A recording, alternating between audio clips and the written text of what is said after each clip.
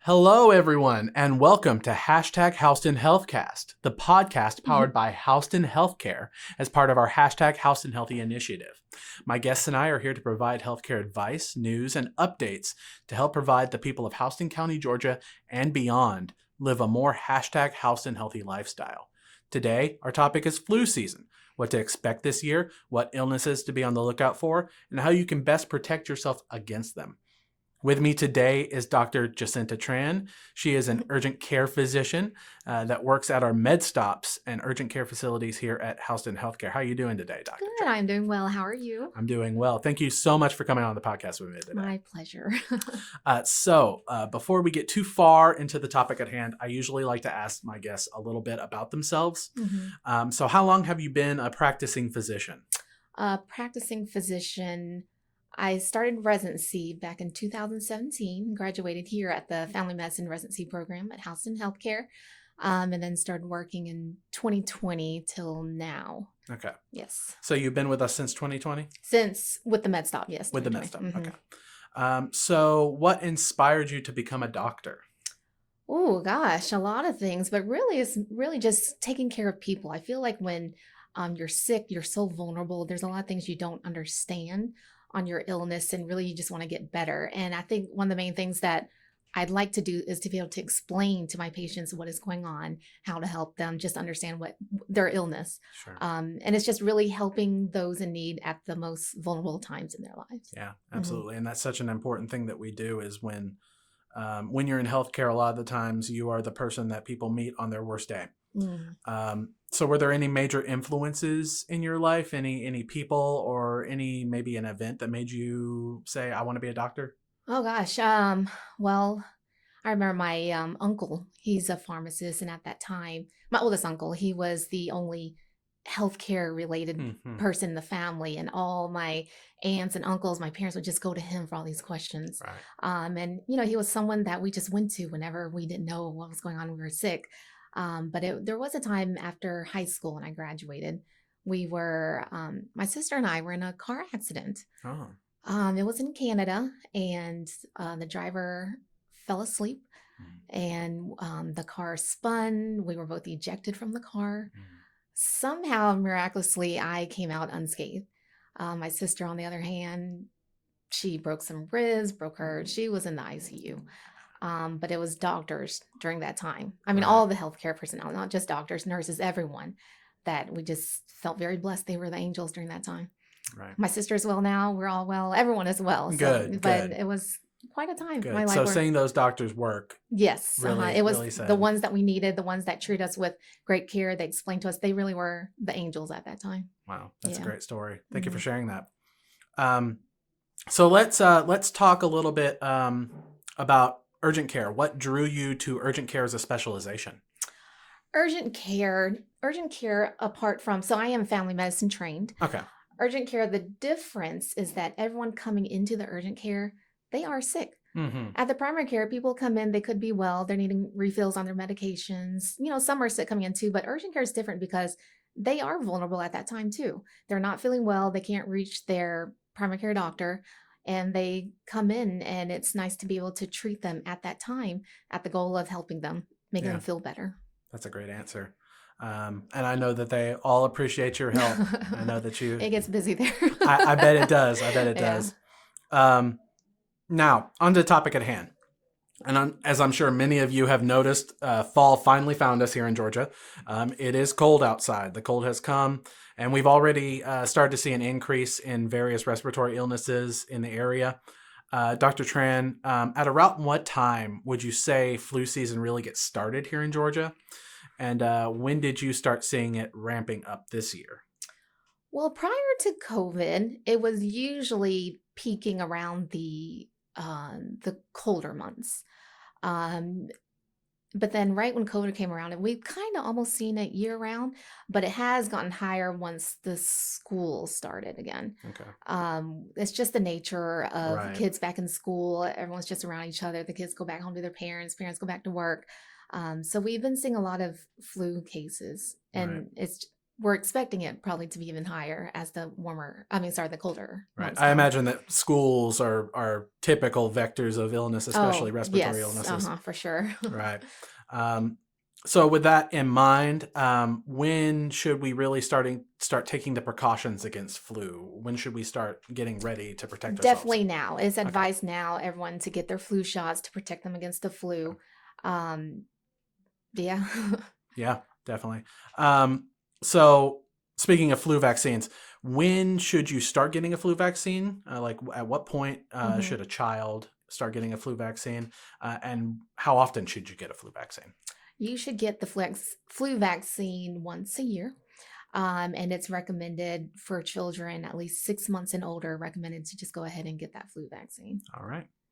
Um, and for older individuals, I believe that it is suggested that they get a higher dose of vaccine. Yes, by older individuals greater than 65 years old. Okay. And that's just because the older individuals tend to have more comorbidities, meaning they have lung conditions. Their immune system may be a little weaker, but lung conditions, heart conditions, and if they were to catch the flu, it could be a little bit more critical or severe. And so it is recommended they get kind of a higher dose for better immunity. So at age 65, that's when that's Right. recommended. Yeah. Okay. Where can I typically get a flu vaccine, especially if I don't necessarily have a primary care physician? You can. It's usually offered at our, the drugstore, CVS, Publix, Kroger, any of the pharmacies. Usually they offer the flu vaccine. Okay. Hmm. So what are some of the warning signs or symptoms that I might have that will let me know that I have the flu? Typically, a lot of people say, I feel like I've been hit by a bus. That's what it feels like. You get these body aches. You have the fever. There's a fever, body aches, and then you can have some respiratory symptoms like a sore throat, runny nose, cough, but it's mainly the fever, the chills, the body aches, and you just feel like you just can't get out of bed. Mm-hmm. All right. And I want to say all individuals are different. And if you are feeling unwell, you should see a physician as soon as you are able so that they can treat you for your particular illness and disease state. But for those of our listeners out there who might be feeling some of the symptoms that you discussed, what would be the typical treatment or the typical prognosis for someone with the flu that you would see? Well, it does vary from each individual. If you are very young, under age 5 or older, above 65, it could get a little serious. And then it could be anywhere in between from just a little runny nose or a cough. So the symptoms definitely vary. Sorry, your question was, how treatment. Yeah. So viruses aren't living things. They can get you sick, but no antibiotics are needed. That's a lot of things people question. They feel like they need an antibiotic for a viral illness. But viruses, for the most part, you just let it take on its course. Mm-hmm. Symptoms could last about 2 to 5 days, but the illness can last maybe a week or so. But usually the treatment is to treat the symptoms. There's a lot of over-the-counter medications help with cough, cold. If you're having a headache or fever, take Tylenol, ibuprofen. There's Dayquil, NyQuil, Alka-Seltzer. There's so much, and those should suffice. Main thing is to stay hydrated, keep your body well rested. And that's what keeps your immune system up at its 100%. Right. That's what you want, to optimize your immune system and just let it pass. But there is an antiviral treatment. Tamiflu is the trade name, and it's best if taken within the first 48 hours of symptoms. And that is something that can be taken to help kind of shorten the duration of symptoms. And that can help, but it's not something that is necessary. It can just pass on its own. Right. Yeah. So if we're past that 48-hour mark, then it's really about treating the symptoms. Correct. Yeah. After the 48-hour mark, the Tamiflu, the antiviral treatment, is just not really useful anymore. Okay. So moving on, there isn't just one disease during flu season that takes precedence. I think there's 3 in total that the CDC kind of talks about a lot. That's, influenza, that's COVID now, and that is RSV. To talk about COVID, no one wants to talk about COVID. I certainly don't. I think I talked till I was blue in the face in 2020 about COVID. But the truth of the matter is that COVID is still around. Mm-hmm. And much like the flu, it's coming back and it's got different variants, things that are allowing it to continue to be something that we have to deal with on a daily basis. So it's something that's hard not to talk about when you discuss seasonal respiratory illnesses. Mm-hmm. Can you speak on what you think the role of COVID will continue to have in both this flu season as well as future flu seasons? Well, you are right. COVID is still around. Doesn't seem like it's going anywhere. We've learned of COVID ever since 2019, 20, and the symptoms of COVID have kind of changed a little bit. Mm-hmm. It's not does at the urgent care we get a lot of COVID cases, and just like flu, ever since school has started in session, we're still getting a lot of COVID and flu cases. But the symptoms of COVID we've seen has been milder. Mm-hmm. A majority of those coming in with COVID, because with COVID, we're afraid of how much it can get to your lungs. Right. And it's great that now a lot of our COVID cases, everyone's oxygenation is pretty adequate. Just breathing on room air is adequate. Their lung sounds clear. But COVID is something that's becoming very similar to the flu. You feel sick with it. It doesn't feel great. Not as fearful as it was in the past in terms of being hospitalized, but the same goes for the flu. There are some serious flu cases. There are some serious COVID cases, but it seems to be kind of similar with each other as of now. Right. And based on, what we know about the newest variant, that kind of lines up. So per the CDC, the current variant of COVID that's most on the rise or most prevalent in America, at the very least, is called EG5. That's EG.5, or Eris, the Eris variant. And from what I understand, it's an Omicron subvariant. So it actually has a spike protein. This is all from the CDC. It has a mutation in its spike protein, which is, from what I understand, the device on the, well, not the device, but the mechanism by which the virus affects a cell. That makes it capable of evading some of the immunity gained from previous boosters and infections. So, are there any unusual symptoms that you've seen with COVID this year at all, with the new rise in it, or anything like that?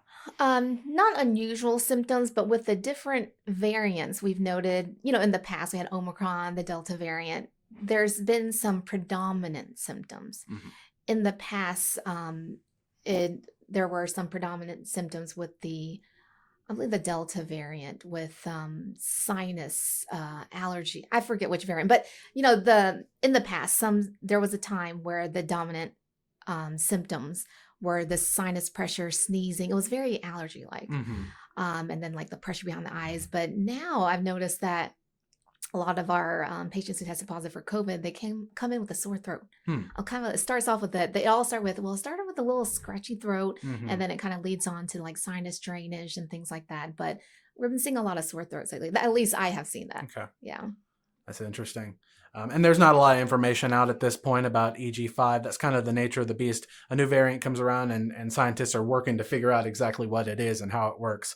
But right, it's new. We're all learning too. Right. We just kind of noticed the trend, but we're all learning. Right. Yeah. But those trends that you see and you talk about, you kind of build it. So, it seems at this point that it's pretty mild. At least this year's, kind of wave has been pretty mild. So, obviously, because that EG5 has that spike protein that makes it capable of evading some of previous immunities you might have, the CDC is suggesting that you get the newest COVID vaccine or booster. Do you know if there's a difference in the COVID vaccine and a COVID booster? Because both are used interchangeably. The COVID vaccine is the what you would call the original vaccine that you get that brings what a vaccine does is gives a little dose to your body to allow yourself to recognize the illness, or COVID in this case. And so what your immune system does is when it is exposed to an infection, it knows to bring up, I guess you can call it army cells, which is the antibodies that can fight against an illness. And so your body builds up that immunity or memory to know that, okay, it's ready, that when it is exposed to COVID, it can fight against it.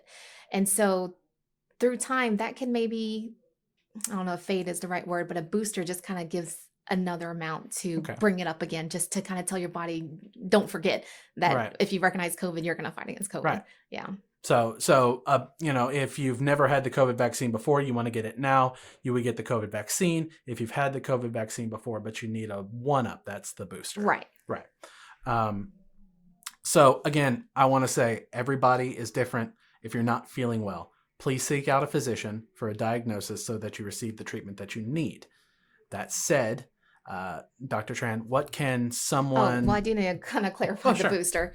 The vaccine, the booster is the same thing. Okay. It's just you call it a booster when Okay. you've already had the vaccine. Understood. Yeah. Understood. And so the booster is just basically telling your body to not forget to remember. Right. Yeah. Right. So they're both vaccines. They just... Yeah, you wouldn't call it a booster when you've gotten it for the first Gotcha. time. There Gotcha. you go. Thank you for clarifying. There you go. Thank you for clarifying. So back, that said, Dr. Tran, what can someone typically expect in terms of prognosis and treatment for COVID if they come in to see you and they're diagnosed with COVID? Prognosis and treatment. Well, like I said, it's different for Mhm. everybody.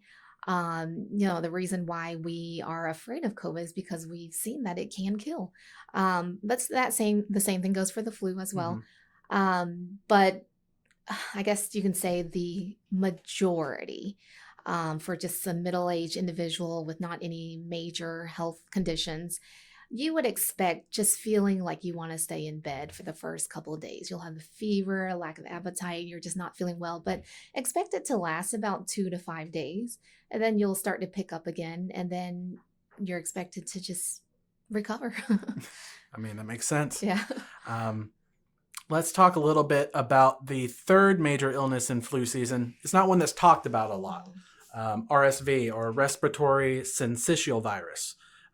What is RSV? How common is it? And who does it affect the most? So RSV is yet another virus, just like COVID and flu are viruses, and viruses, again, are not living things. But RSV has been known for a while. A lot of adults may not hear about it as much because it is a pediatric viral illness. And the reason why adults don't really get it is because we are immune to it. We're probably exposed to it and we're not sick to it because we are so fully immune to it. It doesn't really hit us like that. But it is a pediatric virus, and the concern when it comes to RSV, because when it comes to sickness in general, when you get your cold, that is due to the common cold virus. There's a lot of viruses out there. You get sick for a few days with runny nose and cough. And so RSV is just another respiratory virus. But what is concerning about RSV is that it has the ability to affect your lower respiratory tract. And when you get down to the lower respiratory tract, that can lead to lung complications where it compromises your breathing. So when young children have RSV, it could present something as small as just a cough, but it could get severe to the point where their oxygenation is compromised. They're needing to be hospitalized, needing extra oxygenation. And that is the main concern when it comes to contracting RSV. So it affects mostly children. So they're the ones that would normally be vaccinated against RSV? There is a vaccine now, and it is new. Okay. Yeah, this is new, and I actually just learned about it, and I think it's available. I'm not sure who all is available. I know it's available it can be offered to some pregnant women. I know I read that. I'm not sure who. I know it's new though. Okay. But yes, that would be recommended for young children. Okay. So what would someone, they have a child come in that might present as a cough. What would be the process of ruling out or diagnosing RSV? So we do have a lot of young children come in, and generally maybe age 7 or less is when we look more into this may be RSV, because like I said, it's mainly a pediatric illness. But what I do with a cough, you listen to their lungs. A lot of times their parents, their main concern is that their breathing is a little off, just really cold symptoms like any other concern for any respiratory illness. Sure. But listening to their lungs, looking at their oxygenation when the lungs don't sound as clear and the oxygenation's down, definitely RSV is on the a suspicion for RSV. And so you can get tested with a nasal swab for RSV. Okay.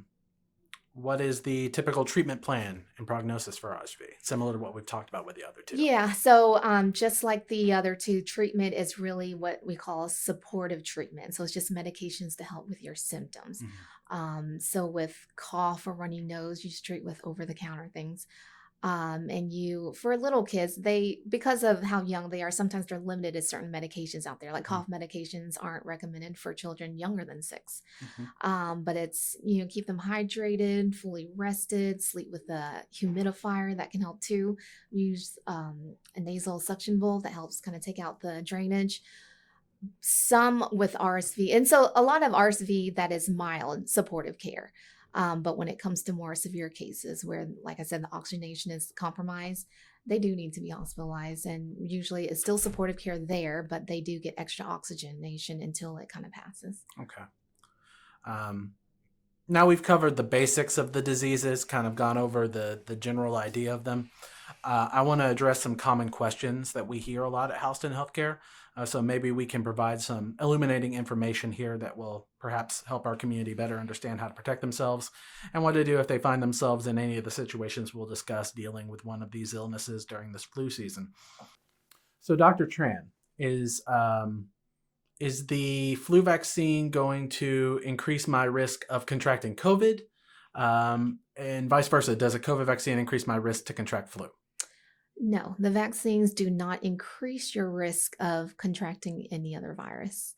You risk contracting viruses by the way viruses are transmitted, which is from person to person through their respiratory droplets. In terms of the flu, you cough, sneeze, and the wet droplets. That's how other people get it. And so that's why it's always emphasized, wash your hands, or, cover your mouth. And that's why masking, that was always recommended. But COVID is airborne. That's how it's transmitted. And so you want to wear a mask. That's how masking helped kind of prevent COVID a little bit. Okay. So if I suspect that I am confirmed to have flu or COVID, should I get a vaccine for either while I still feel sick, or should I wait? You should wait. At that time when you are sick, your immune system is trying to fight the illness. You would want to wait at least 2 weeks after you're feeling better to get the vaccine. Okay. Is it possible to have both flu and COVID at the same time? And if so, how often do you see that? It is possible. It's 2 different viruses that can infect, and we actually do get that a lot. Okay. There are times we see they tested positive for COVID and flu. We do see that a lot. Okay. You may not be able to differentiate the symptoms, though. They could be coming in with runny nose, cough, body aches, fever, and I wouldn't be able to say, okay, your fever was due to the flu or your cough was due to COVID.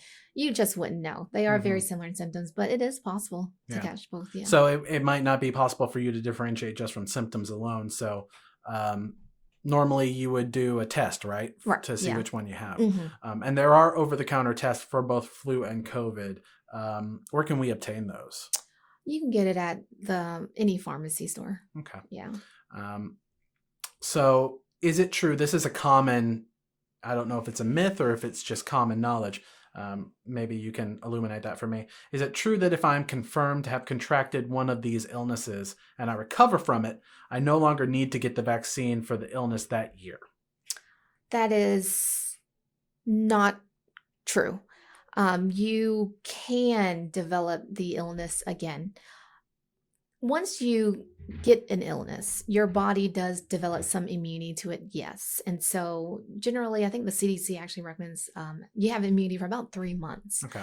I don't know if I'm correct. I don't know if it's changed through research, but I know as of last year it was. And so, because we do have a lot of patients that come in and they are concerned for COVID again within maybe a month. And we just don't recommend testing again because you should theoretically already be immune. So you have some immunity at that time, but just as the same reason why we get boosters, your immunity can kind of go down a little bit. So you can get COVID again. Right. So that means go out and get your vaccines, everybody. So Dr. Tran, I'd like to thank you for being with me today and sharing your extensive knowledge with us. And I'd like to thank everyone out there for listening. I hope you found this as helpful, informative, and entertaining as it was to record it. Please make sure to subscribe to our YouTube channel. We post there before anywhere else, and all the links to our other podcast channels are available in the description of the YouTube videos. If you prefer to listen using a different podcast medium, be sure to follow us there as well.